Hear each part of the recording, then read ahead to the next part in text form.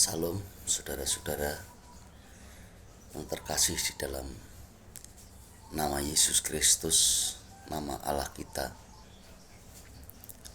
Kembali bersama dengan saya mengajak saudara-saudara sekalian dimanapun saudara berada untuk mencermati tentang Alkitab, yaitu firman Allah.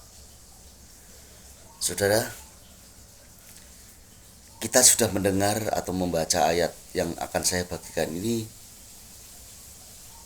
beratus-ratus kali mungkin, atau mendengar khotbah tentang ini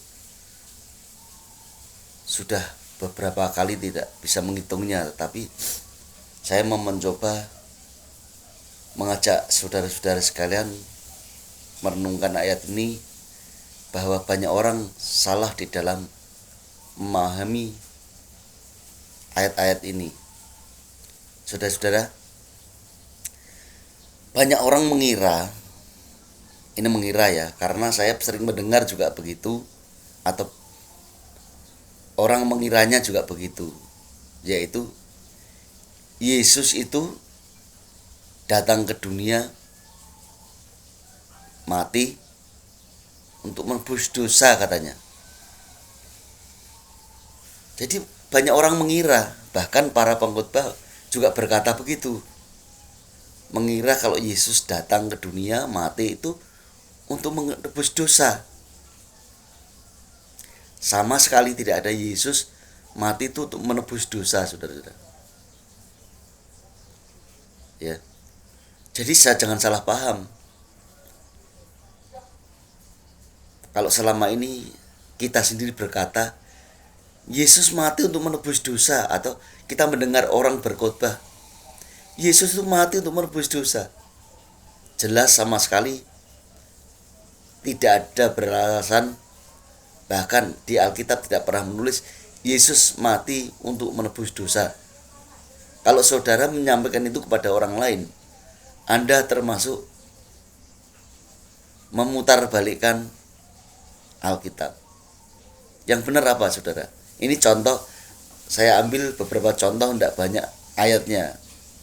Tapi kalau saudara mau menunjukkan mana ayatnya Yesus mati untuk menebus dosa, tolong saya dikasih ayatnya, karena saya tidak pernah menemukannya.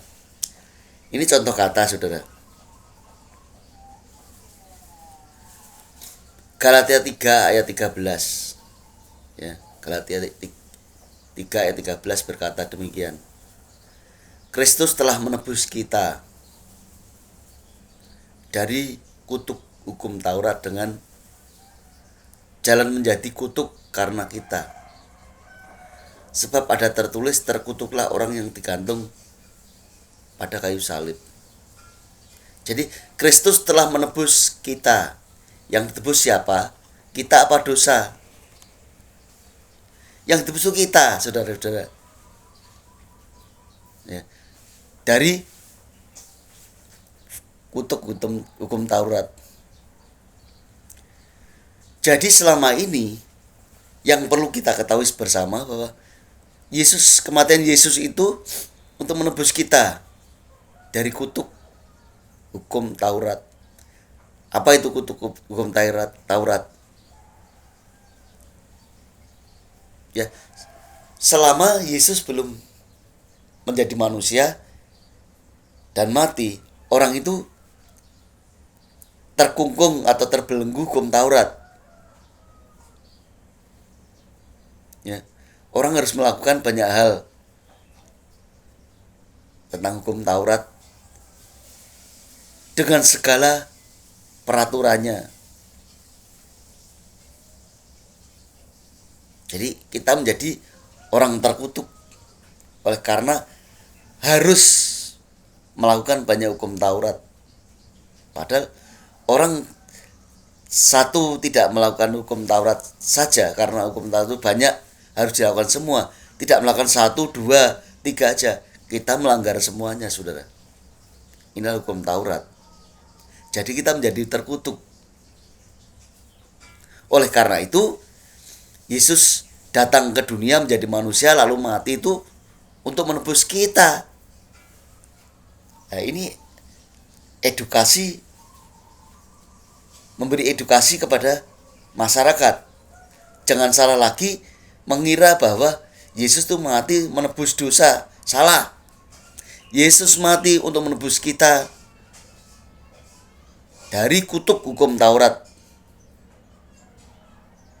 Ya. Dan bagi saudara-saudara yang sudah berkhotbah berkata begitu, Yesus mati menebus dosa, penebus dosa. Bertobatlah saudara-saudara. Anda memutarbalikkan isi atau makna hukum Taurat, makna Alkitab. Saudara bisa, kalau di hukum dunia ini memutarbalikkan fakta bisa kena pasal, apalagi firman Allah. Menambahkan, mengurangkan. Kalau saudara tidak hanya menambahkan, mengurangkan, memutarbalikkan fakta isi Alkitab, saudara berdosa. Segera bertobat. Bagi saudara-saudara yang biasa berkhotbah begitu. Ya.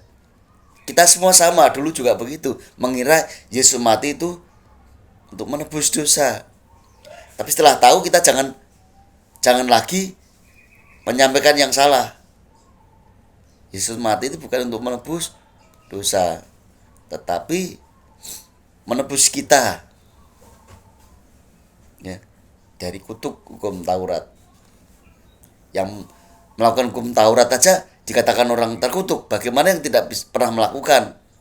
Ngerti tapi tidak melakukan. Apakah saudara tidak lebih terkutuk daripada orang yang melakukan hukum Taurat? Ya, saudara-saudara. Lalu selanjutnya, saudara-saudara, 1 Korintus 1 ayat 30 berkata demikian. Tetapi oleh Yesus, kamu berada dalam Kristus Yesus. Kita berada dalam Yesus Kristus, yang oleh Allah telah menjadi hikmat bagi kita. Ia membenarkan dan menguduskan dan menebus kita. Jadi Yesus itu, bagi orang yang dalam Yesus Kristus itu, dia menjadi penebus kita, ya, menguduskan kita dan menebus kita. Saya pernah membuat video ini, tapi saking banyaknya dengan video-video yang lain, ini saya buat kembali karena sampai detik ini, ya, sampai detik ini banyak orang berkhotbah masih berkata Yesus mati untuk menebus dosa kita. Yesus jadi penebus dosa. Itu tidak beralasan, dan itu saya katakan mengada-ada, dan tidak pernah ada ayatnya yang begitu. Yesus itu mati untuk menguduskan. Yang kuduskan siapa? Kita. Yang ditebus siapa? Kita. Sekali lagi, ini firman yang gampang, mudah sekali, ya. Tidak perlu banyak teori-teologi yang berbelit-belit dan panjangnya berapa lembar buku. Sedikit aja memberi pencerahan kepada saudara-saudara. Yang sedikit aja saudara nggak ngerti, tidak paham. Bagaimana kalau ada orang khotbah sampai 15 lembar buku, 20, bagaimana Anda ngerti? Ya. Nah, ini sedikit aja bahwa Yesus mati bukan sebagai penebus dosa. Yesus bukanlah sang penebus dosa. Yesus mati untuk menebus kita dan menguduskan kita. Ya. Yang pertama dari kutuk hukum Taurat. Yang kedua menguduskan kita. Kalau mau mencari video saya yang seperti ini sudah ada mungkin setahun atau 2 tahun yang lalu.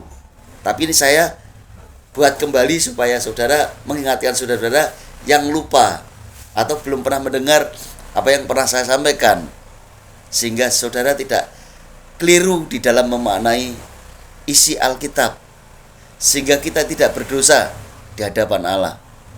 Baik yang mendengar menjadi dosa atau Apalagi yang menyampaikan, saudaranya dosanya bertumpuk-tumpuk karena memutarbalikkan isi Alkitab.